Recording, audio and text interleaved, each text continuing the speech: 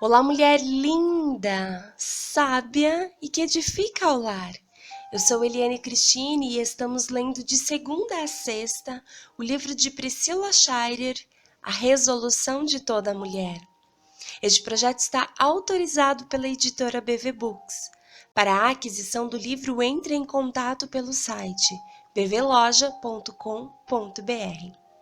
E chegamos ao 28º dia. Estamos lendo a segunda parte desse livro que define Eis o que tenho.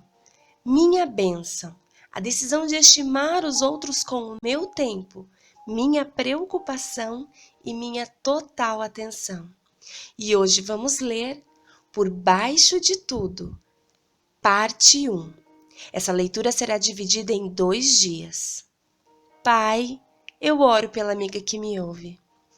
Que ela se mantenha perseverante no desafio diário de ser uma mulher sábia, ouvindo mais e falando menos, tocando o coração de seus semelhantes com sua doce presença, firmeza de caráter e sabedoria, exercendo sua feminilidade bíblica e não retendo suas bênçãos.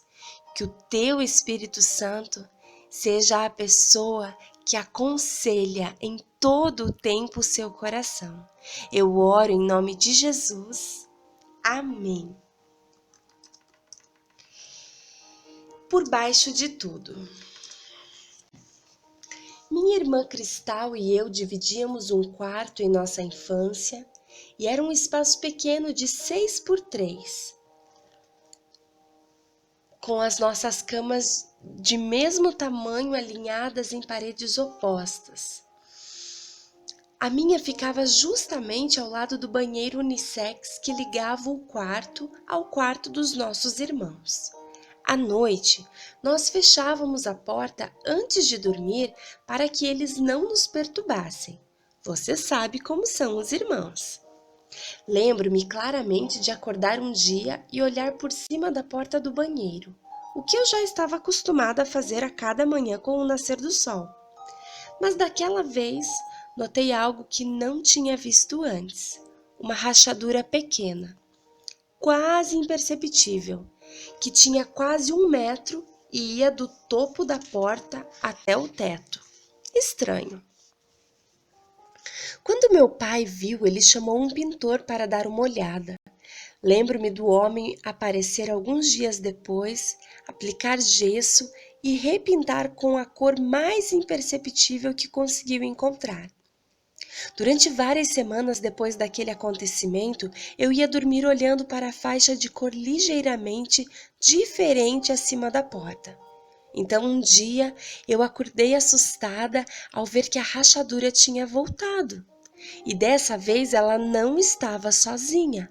Aparentemente, a rachadura tinha dado o endereço de sua nova casa aos membros de sua família, pois parecia que todos tinham ido morar com ela. Outras rachaduras, de todos os formatos e tamanhos, apareceram na parede. Mas quando outro pintor foi examinar a situação, ele disse ao meu pai que a pintura por si só não resolveria o problema. A razão pela qual as rachaduras estavam aparecendo, ele explicou, era porque a fundação sob a nossa casa estava mudando. E não importava a quantidade de tinta que usássemos em cima para cobri-las, pois elas continuariam aparecendo. As rachaduras eram apenas sintomas de um problema ainda mais grave. A única maneira de corrigir aquele problema era cuidando da fundação. Toda essa conversa sobre ser uma bênção para os outros, ao aprender a ouvir e a preparar respostas atenciosas e cuidadosas, me levam a pensar em como essa decisão será difícil para algumas de nós. E eu me arriscaria a dizer para a maioria de nós, ou para ser mais exata, para mim. Controlar a minha própria língua é um objetivo que, com certeza, exigirá toda a maturidade que cada ano da minha vida trará. Isso porque até agora nessa jornada eu descobri que as rachaduras que eu causo com a minha boca são de fato sintomas de uma questão muito mais profunda, algo muito mais difícil de tratar que está bem abaixo da superfície, muito perto do chão. Porque a sua boca fala do que está cheio o coração. Lucas, capítulo 6, versos 45.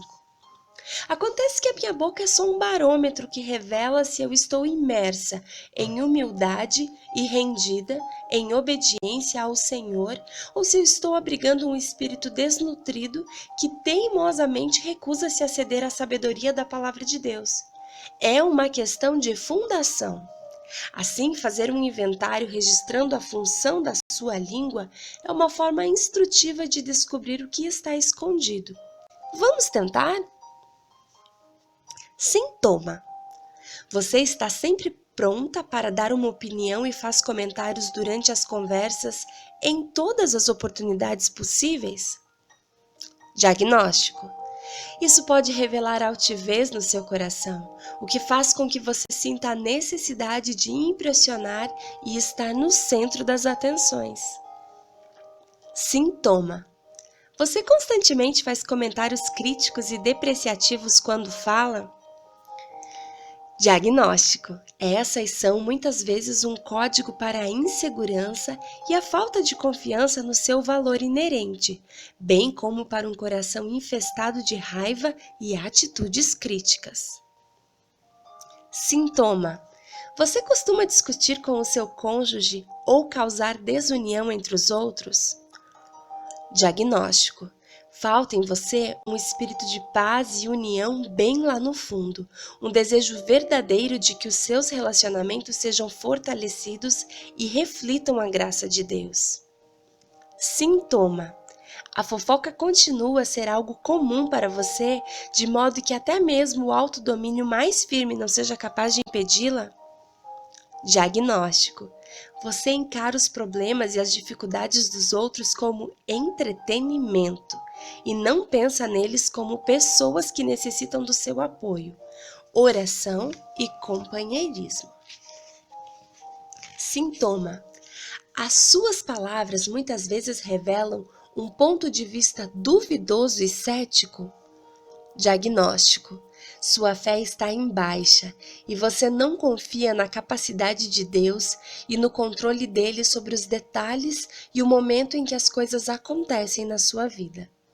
As palavras que saem dos nossos lábios são como rachaduras na parede, que revelam o que está acontecendo na fundação, pois verdadeiramente a sua boca fala do que está cheio o coração. O uso da palavra coração nesse versículo representa o interior de um indivíduo, ou seja, o lugar onde os nossos pensamentos e as nossas atitudes e as nossas crenças estão cimentados. O coração é um reservatório, um tanque onde fica cada atitude e crença que colocamos lá ou que permitimos que fiquem lá. Ele é um depósito que contém a essência de quem somos e, devido à sua ligação direta com os nossos hábitos e ações, a imagem de quem estamos nos tornando. Vamos finalizar a leitura neste momento. Amanhã daremos continuidade, mas nesse instante eu gostaria que você meditasse a respeito do que lemos até agora. A Bíblia fala que a nossa boca, os nossos lábios, falam daquilo que está cheio no nosso coração. Isso foi o próprio Senhor Jesus que falou e está descrito no Evangelho de Lucas, no capítulo 6 e no verso 45. O que você tem falado? Ou melhor, o que você tem preenchido o seu coração? Porque a tua boca está falando aquilo que o teu coração está cheio. E há um provérbio que fala que quando o nosso coração está cheio, a nossa boca transborda. Sua boca tem transbordado a respeito do quê? É duro e é difícil de ouvir, mas essa é a pergunta do Senhor para nós. Do que está cheio o nosso coração? Os nossos bons tesouros deveriam estar guardados no coração e nós deveríamos estar falando palavras de bênção. Se não estamos vivendo isso, que possamos nos arrepender verdadeiramente, genuinamente diante do Senhor. Que Ele coloque um guarda nos nossos lábios e que passemos a falar apenas aquilo que edifica, porque a Bíblia também fala que o de uma única árvore não pode proceder um fruto doce e um fruto amargo. Uma fonte não jorra água doce e água amarga. É o que a Bíblia fala. Então, o que a minha boca, o que os meus lábios têm proferido, devem então honrar ao Senhor e verdadeiramente apreciar as pessoas e aquilo que temos vivido. Que você seja uma bênção na vida de quem a cerca e na vida de quem tem o privilégio de ouvir diariamente a sua voz. Deus, sua família, seus amigos, seus colegas de trabalho. Tem uma frase muito famosa que diz assim: o que você fala soa, como você age soa mais alto do que você fala.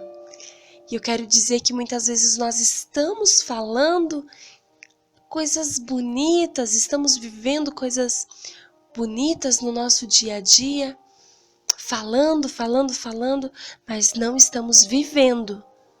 E as pessoas veem através das nossas atitudes e também das nossas palavras. Que as suas palavras sejam um reflexo da tua ação. Um grande beijo e até amanhã.